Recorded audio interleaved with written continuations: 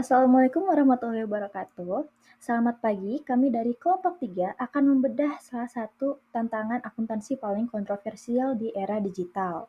Seperti bagaimana mencatat aset yang nilainya itu bisa naik 100% dan turun 50% dalam semalam. Proyek kami berjudul Analisis Akuntansi Aset Kripto dan Nilai Wajar terhadap studi kasus Tesla dan juga kepatuhan PSAK 238. Sebelum kita menyampaikan materi, izinkan kami memperkenalkan diri terlebih dahulu. Yang pertama ada Nadisha Putri Salsabila, lalu ada Sinta Amaliani Zahra, lalu ada Hibatul Hanan, dan saya sendiri Haryanti Salsabila Ramadhani, dan juga yang terakhir adalah Revia Widiana Kurota Aini. Selanjutnya, materi akan disampaikan oleh rekan saya. Halo, nama saya Hanan. Nama saya Hibatul Hanan. Di sini saya akan menjelaskan tentang profil Tesla. Tesla sendiri merupakan sebuah perusahaan mobil listrik yang berkantor pusat di Austin, Texas.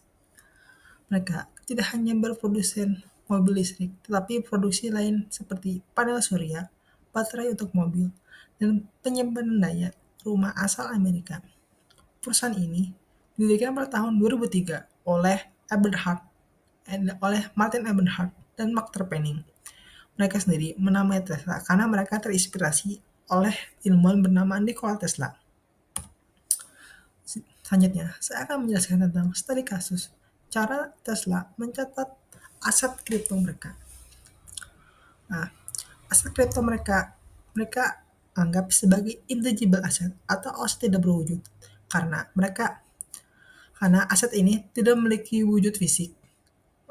Kepemilikannya 100% oleh Tesla dan memiliki manfaat jangka panjang. Nah, aset ini ditulis sebagai digital asset pada current asset. Uh, Ditulis sebagai digital asset untuk mempermudah para investor untuk mencari aset kripto. Selanjutnya, cara mereka mencatat ini tuh mereka melakukan pengakuan awal aset kripto yang mereka beli dengan biaya perolehan, yaitu biaya yang mereka keluarkan saat membeli aset ini. Setelah melakukan pembelian itu, mereka akan melakukan pengakuan ulang, yaitu pengakuan nilai dengan melihat apakah nilai itu akan naik atau turun setelah mereka beli dengan cara metode evaluasi atau impairment. Metode evaluasi dilakukan ketika nilai mengalami kenaikan, tetapi mode impairment dilakukan ketika nilai tersebut turun.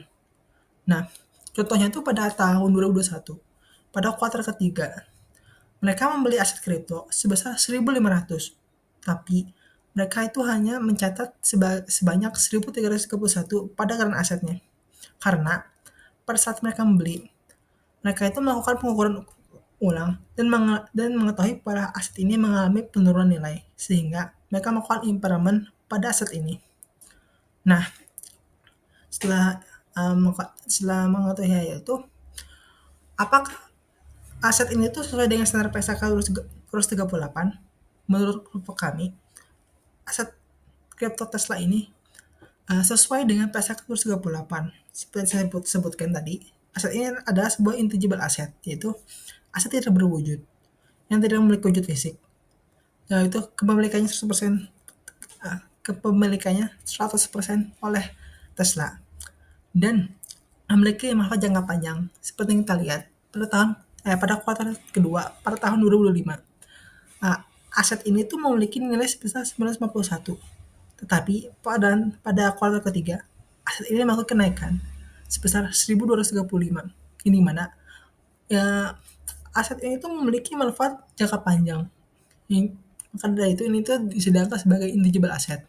Dan selanjutnya tentang pengakuan awal mereka. Pengakuan awal pada PSAK 2038 dalam melakukan pengakuan pada aset tak berwujud. Metode yang digunakan yaitu metode biaya perolehan. Nah, maka dari itu ini tuh sangat sesuai dengan PSAK 238 karena Tesla juga menggunakan metode yang sama, yaitu biaya perolehan. Yang ketiga, dalam pengukuran ulang. Dalam pengukuran ulang, Tesla itu menggunakan dua metode, yaitu metode evaluasi dan metode impairment. Ini juga sesuai dengan PSAK 238 karena metode yang digunakan oleh PSAK 238 juga adalah metode revaluasi dan impairment. Selanjutnya itu tentang pengungkapan. Pengungkapan ya pada CLK bisa dibilang setelah ini telah sesuai, yaitu mereka itu menjelaskan resikonya, terus penggunaan wajar dalam menilai aset dan dampaknya seperti apa. Di CLK mereka menjelaskan pengenalan wajarnya itu mereka menggunakan pengenalan wajar level 1 karena aset kripto ini termasuk sebagai aset level 1, nilai wajar level 1 karena kita bisa melihat aset ini di diperjualbelikan di pasar bebas sehingga termasuk dengan level 1 karena kita bisa melihat atau mengukurnya dengan sebuah pasar. Nah, terus tentang resikonya, saya juga menjelaskan juga tentang resiko-resikonya sehingga bisa dikatakan ini tuh sesuai dengan PSAK 238. Sekian dari saya. Bye. Selanjutnya, kebijakan akuntansi Tesla berdasarkan standar US GAAP.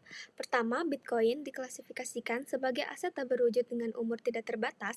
Artinya, aset ini tidak diamortisasi, tapi tetap diuji penurunan nilainya kalau ada indikasi nilai pasar turun.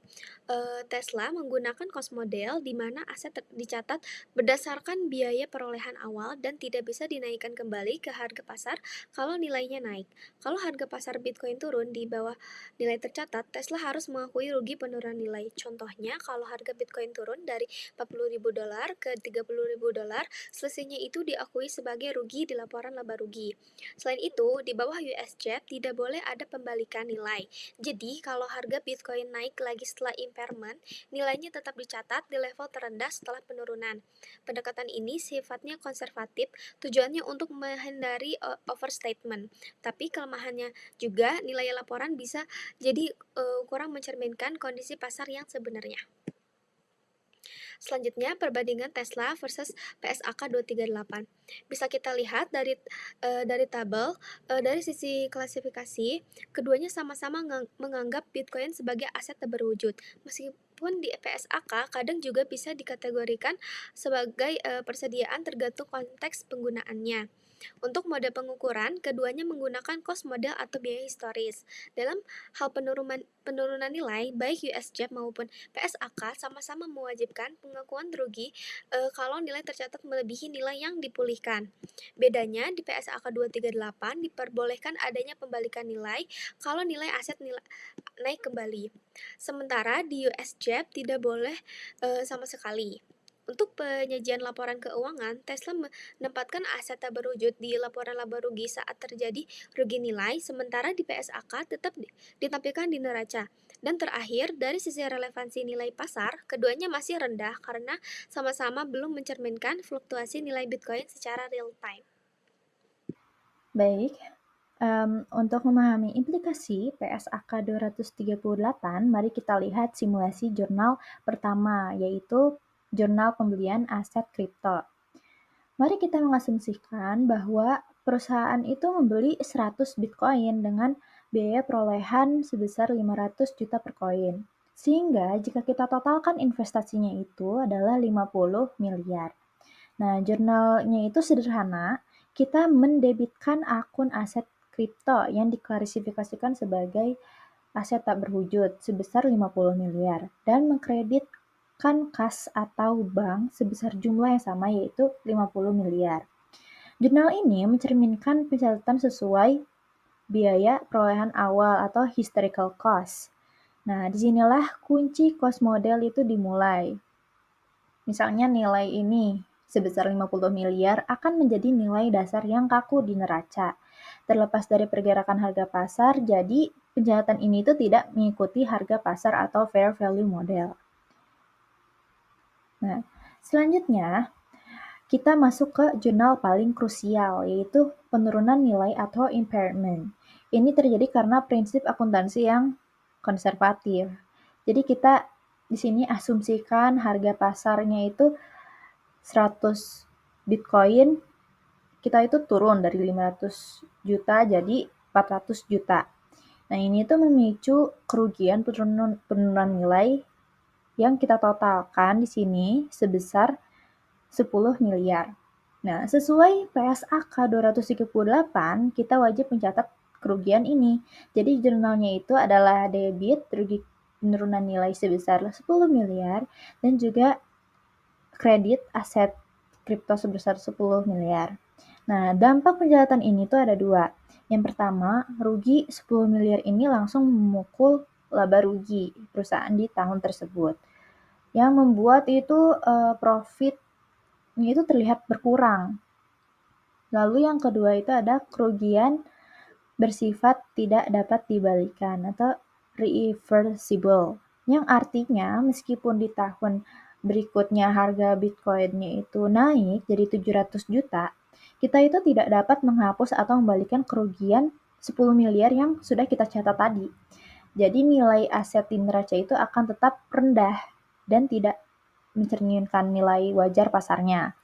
Nah, inilah yang akan menjadi muncul masalahnya asimetri. Dilema utama dalam mengkonversi aset kripto terletak pada pemilihan antara model biaya ataupun model nilai wajar atau cost model versus fair value model. Saat ini, baik praktik Tesla maupun pedoman standar akuntansi keuangan PSAK 238 di Indonesia mengadopsi model biaya. Kelebihan model biaya adalah sifatnya yang konservatif, menghindari overstatement aset, dan mudah diverifikasi karena asetnya dicatat sebesar biaya perolehan awal. Namun, kelemahan mendasarnya adalah menghasilkan laporan keuangan yang kurang relevan buat investor di pasar yang volatil. Hal ini disebabkan adanya asimetri pelaporan. Kerugian penurunan nilai wajib diakui jika harga pasarnya turun, tapi kenaikan harga gak boleh diakui. Jadi, nilai tercatat aset kripto di neraca mungkin jauh di bawah nilai pasar aktual.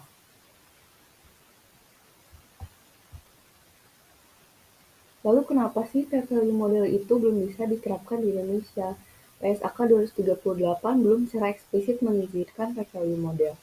Jadi, nilai model wajar ataupun fair value model belum bisa diterapkan di Indonesia. Selain masalah standarnya, resiko yang melatar belakangi penolakan ini adalah volatilitas tinggi dari harga aset kripto yang dikhawatirkan akan menciptakan distorsi ekstrim pada laporan laba rugi kalau misalnya fair value model diterapkan.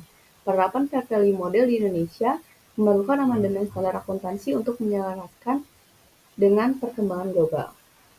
Baik, perkenalkan nama saya Nadisha Putri Salsabila. Selanjutnya saya akan menjelaskan tentang penerapan model nilai wajar atau fair value model di konteks Indonesia. Untuk status regulasinya, FPM belum bisa diterapkan di Indonesia untuk saat ini. Dan PSAK 238 atau aset tak berwujud itu standarnya belum secara eksplisit mengizinkan FPM. Risiko volatilitasnya, harga aset kripto yang tinggi, risikonya itu menciptakan distorsi ekstrim pada laporan laba rugi. Dan untuk tindak lanjutnya, penerapan FPM memerlukan amandemen standar akuntansi di Indonesia yang sejalan dengan perkembangan IFRS global. Lalu yang terakhir ada kesimpulan dan rekomendasi untuk entitas Indonesia. Kesimpulan utamanya, praktik Tesla dan PSAK 238 menciptakan asimetri dalam pelaporan keuangan, hanya mengakui rugi dan tidak mengakui untung. Lalu laporan keuangannya dinilai kurang relevan bagi investor. Lalu yang kedua, ada rekomendasi kepatuhan. Wajib patuh pada PSAK 238, cost model untuk kepatuhan hukum. Selanjutnya ada rekomendasi transparansi. Tingkatkan pengungkapan disclosure di catatan atas laporan keuangan (CLK) dan wajib mencantumkan nilai wajar harga pasar aset kripto pada tanggal pelaporannya.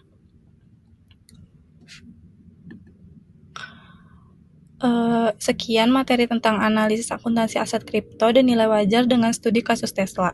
Selanjutnya kami akan menyampaikan refleksi tim kami untuk proyek ini dan akan disampaikan oleh rekan saya. Nah, inti dari pengerjaan proyek ini tuh sebenarnya simpel, mau pakai cost model ataupun fair value model. Tapi yang sekarang dipakai sama Tesla itu model biaya yang udah diwajibin di Indonesia dan sesuai sama PSAK 238.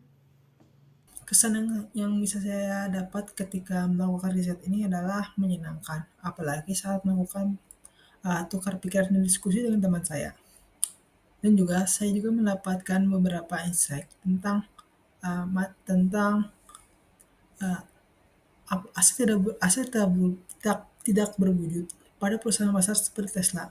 Karena pada perusahaan Tesla ini, ketika sebuah aset itu naik, mengalami kenaikan, mereka tidak bisa langsung mencatat itu pada laporan keuangan karena tidak bisa mengakui ketika di laporan keuangan karena aset ini hanya dapat dicatat atau diakui ketika aset ini mengalami atau dibeli oleh orang gitu.